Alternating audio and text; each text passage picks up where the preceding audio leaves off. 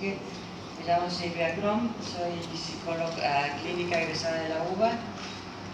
Mi quehacer en el consultorio está constituido por lo que quedó después de transitar por el psicoanálisis, la psicología sistémica y cognitiva. Soy una heterodoxa inteligente y atiendo adultos, soy representante en la Argentina para la organización internacional Passiton Network, que se encarga del reposicionamiento de las personas mayores de 60 años con respecto a sí mismas y al contexto social. Intentamos erradicar los prejuicios con respecto a la vejez. El antropólogo Marc Augé dice que la vejez no existe interiormente, basta llegar a ser viejo para darse cuenta. Bueno, el trabajo que presentaré se llama, lo titulé El maltrato de los hijos adultos. El objetivo de esta presentación es intentar difundir y compartir una problemática que acaparó mi atención por la cantidad de consultas que me llegaron al consultorio.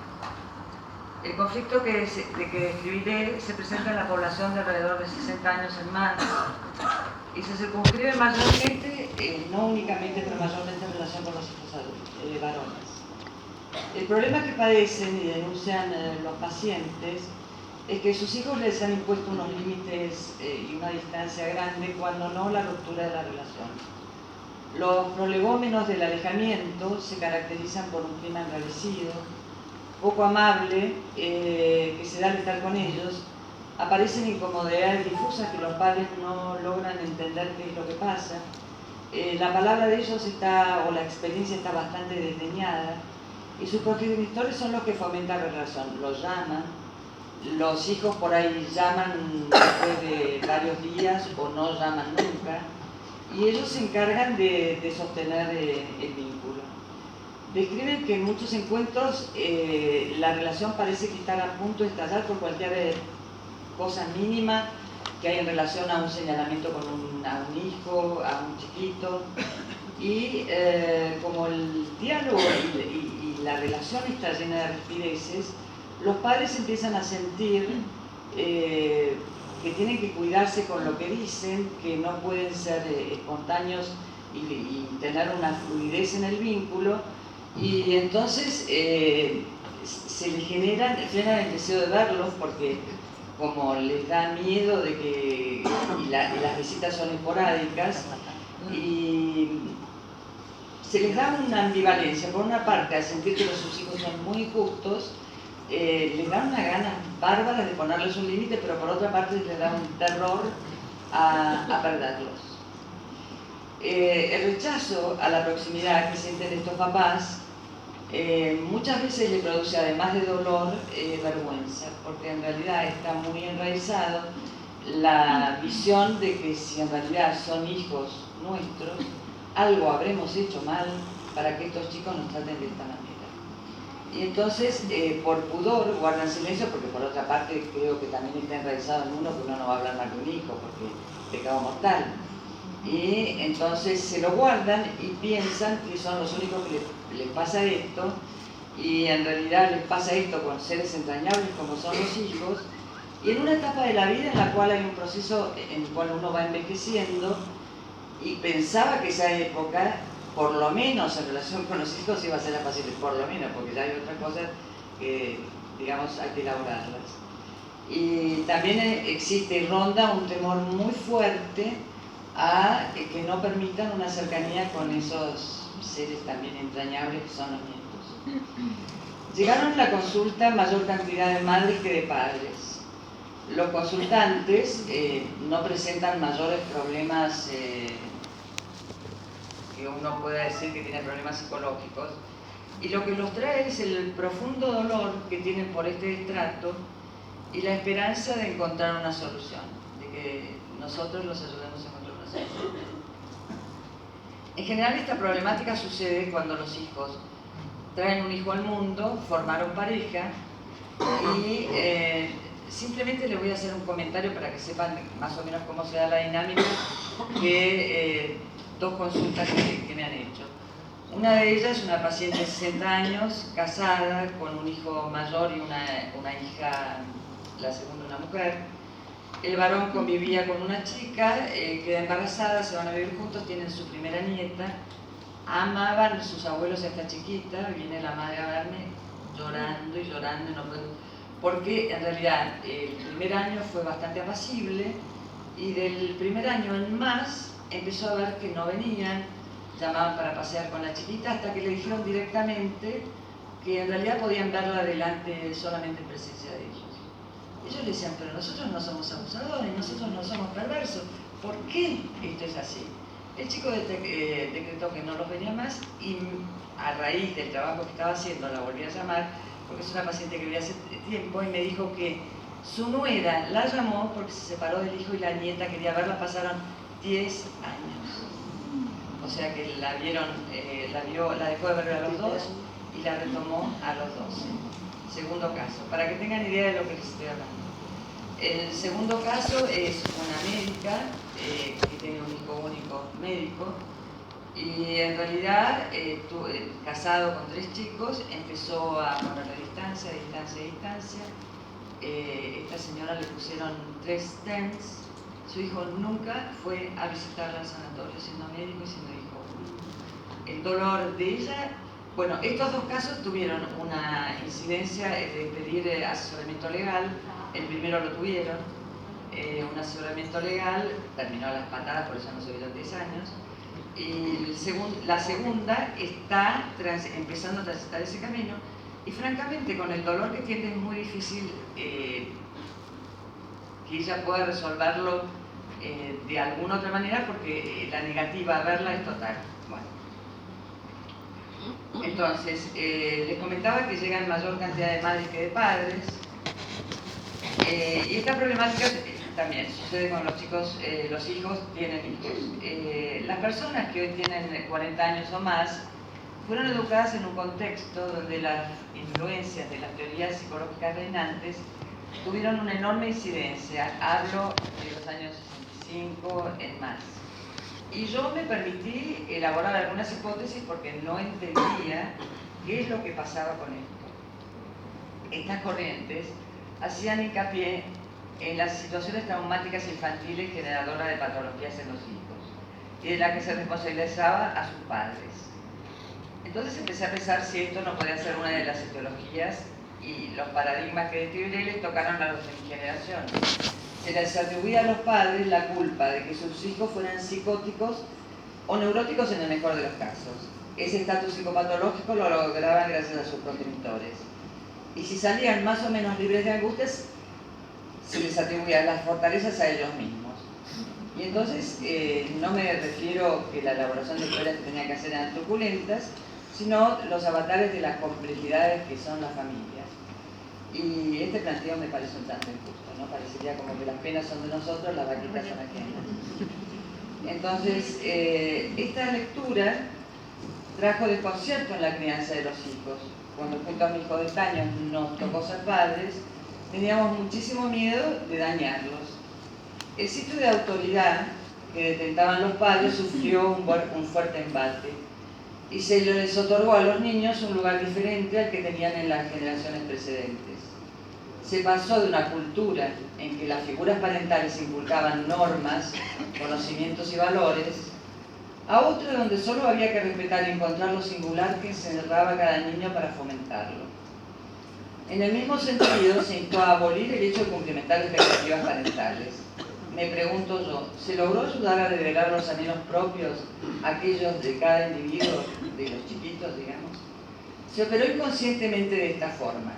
Para no ser culpables, yo lo estoy exagerando, pero no tanto.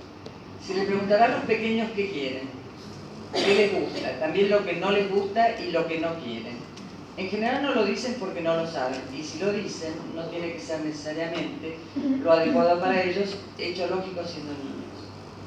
En el caso de que no lo expresen, entonces se lo mirará a la cara tratando de descifrar qué les gustaría, con un miedo atroz a dañarlos. Lo adecuado sería que los adultos confiaran en lo que sería bueno para el chico. Pero, ¿y si sufre y se frustra? Y ahí ya nos estamos equivocando. ¿A dónde pensamos que los traemos cuando los concebimos? ¿A Disney World? ¿A un lugar exento de dolor? Entonces, una vez tomada la decisión de hacerle las preguntas inadecuadas a las personas equivocadas, se creyó que iría todo bien y no habría culpables.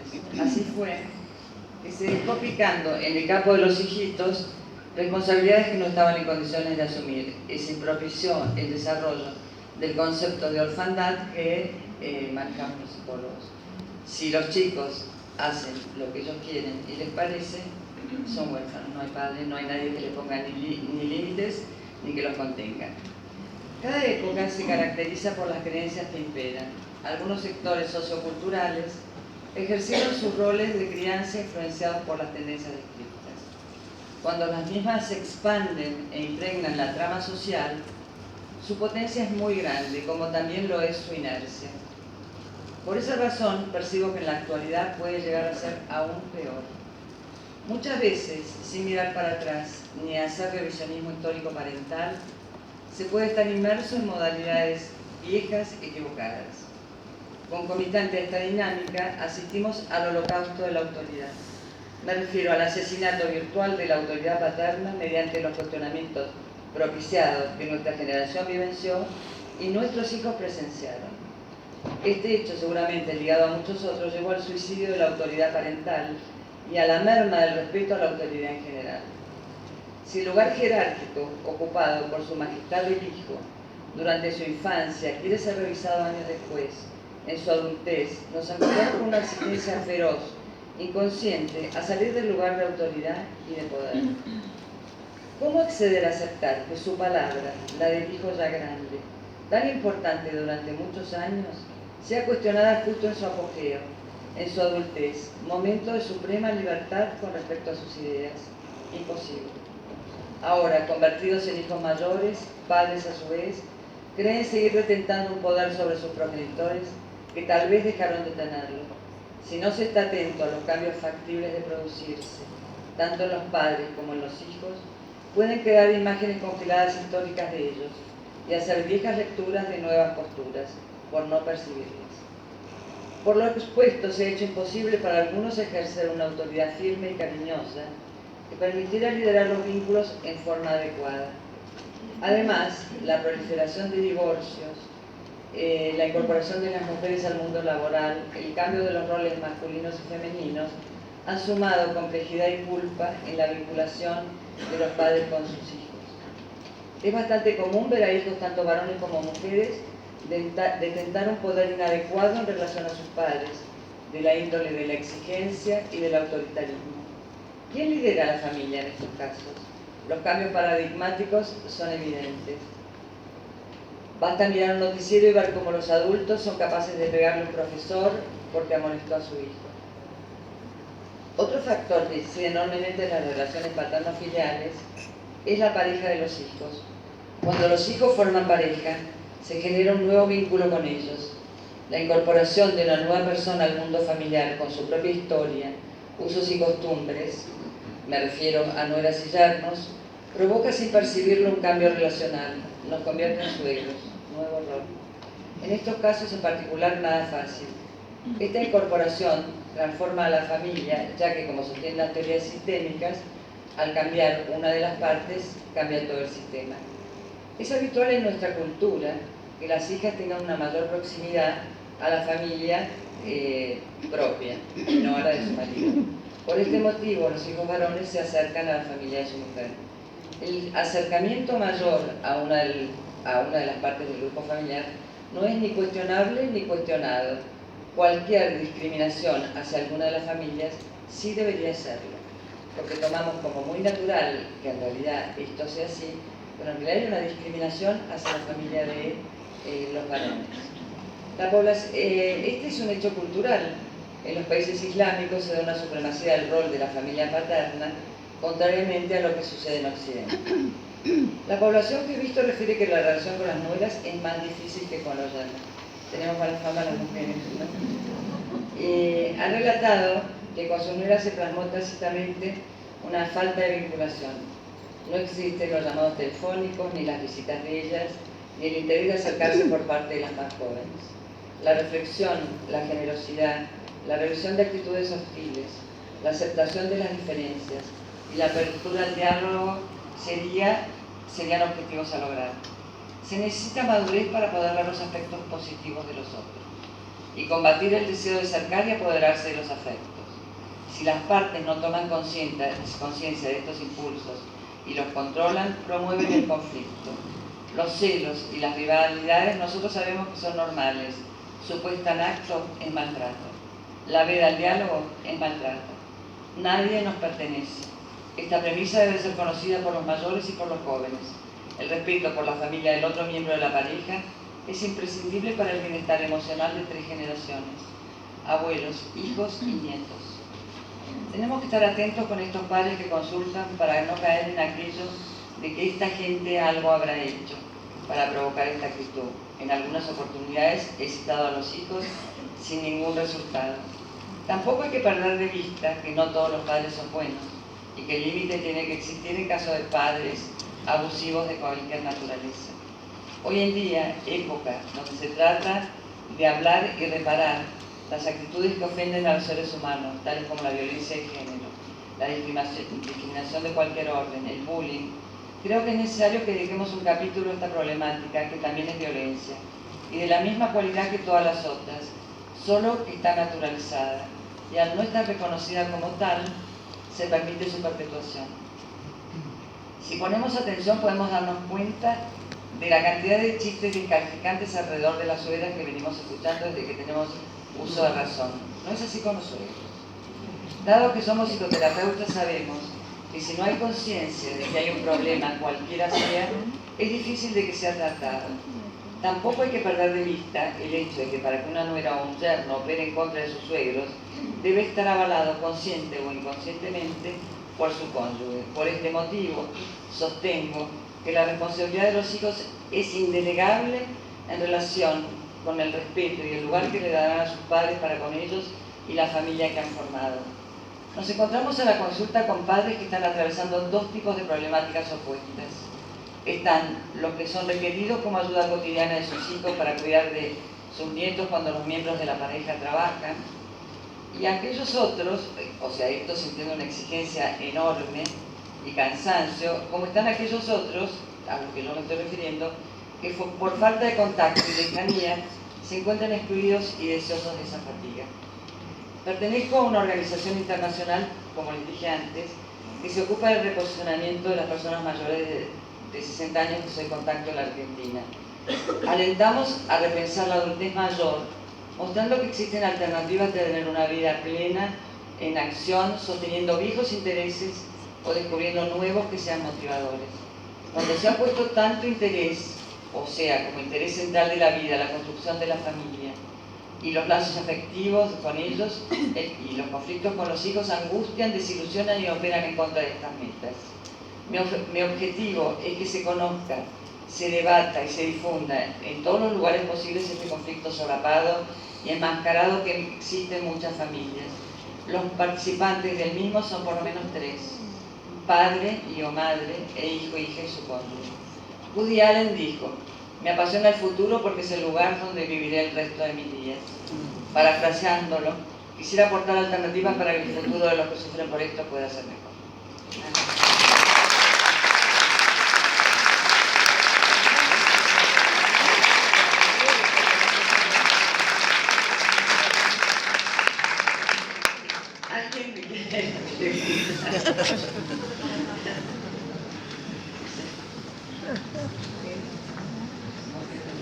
Yo quiero agradecerte el trabajo, me parece buenísimo y me parece muy valiente exponer temas que no son corrientes y que nos hacen pensar temas nuevos, ¿no? Y me acuerdo que Freud, cuando se siente desorientado, una de las técnicas que utiliza frente a un problema que le cuesta resolver es buscar otro problema que también le cuesta resolver, como si los 2 problemas juntos se iluminaran mutuamente. Entonces a mí se me ocurrió pensar en la cantidad de gente que decide no tener hijos. Inclusive en Europa son conocidos los movimientos que tienen nombre. O sea, se denominan, por ejemplo, hay uno que se llama No Kids. Lo inventó una mujer que tiene hijos y que con eso es un fenómeno. Pero este Este grupo de gente tiene millones de seguidores, hay varios movimientos que deciden expresamente no tener hijos y están las razones por las cuales deciden no tener hijos. De paso me viene fenómeno a mí porque una paciente mía hace poco resolvió no tener hijos, ¿no? A pesar de que todas las amigas le dicen, no, embarazate, ¿no? Entonces la presión social. Bueno, ¿cuáles son estos temas que hacen que las parejas decidan no tener hijos? Los padres no tienen tiempo de ocuparse suficientemente, porque tienen que trabajar y la plata no alcanza. O sea, no tienen ni tiempo ni dinero para ocuparse bien de los hijos. Los hijos no tienen modelos de referencia en la sociedad. Exceso de oferta de delincuencia y de droga, etcétera, etcétera, etcétera. Entonces, bueno, deciden, bueno, no tengamos hijos. Sí, esta es algo que uno lo ve ahora más. Y tenía una paciente que me decía que tener hijos era lo mejor y lo peor que le pasó en la vida, porque era tan grande el afecto que sentía que la verdad era tan doloroso que a quien se le ocurría volver a cenarlo. Y eso por una parte, y hay un obstetra que es Mario Sebastiani, que escribió un libro al respecto que dice ¿para qué tenemos hijos? Y les advierte a las mujeres: no piensen que aunque su marido le diga que le va a ayudar como usted tiene que ayudar, nunca se va a cumplir. O sea, que sean muy conscientes que le cambia la vida para siempre.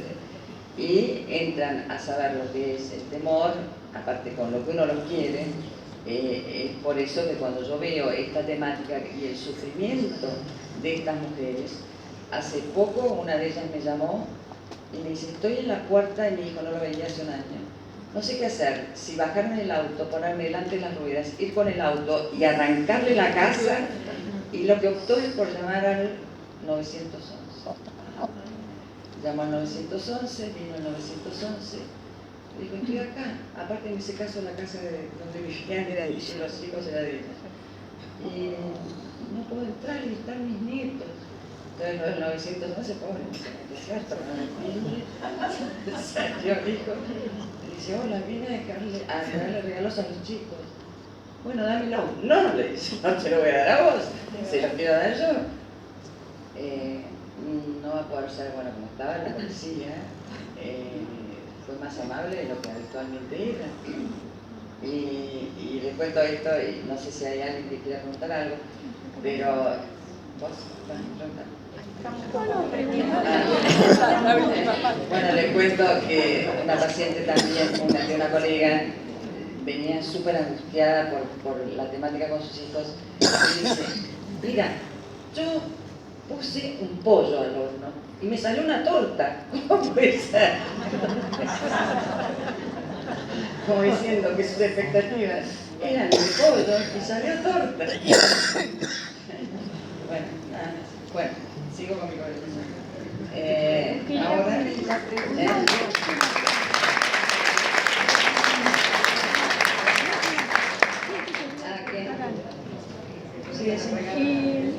no, y me parece que es interesante el trabajo del micrófono.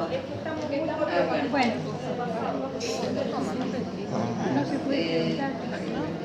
Bueno, ahora presentada la licenciada Carolina Singer, reside en la Universidad de Buenos Aires, ex residente y ex jefa de residentes del Hospital Braulio Medrano, de la Residencia de Salud Mental del Gobierno de la Ciudad de Buenos Aires, especialista en psicología clínica, actual miembro del grupo Nebrija de Estudios.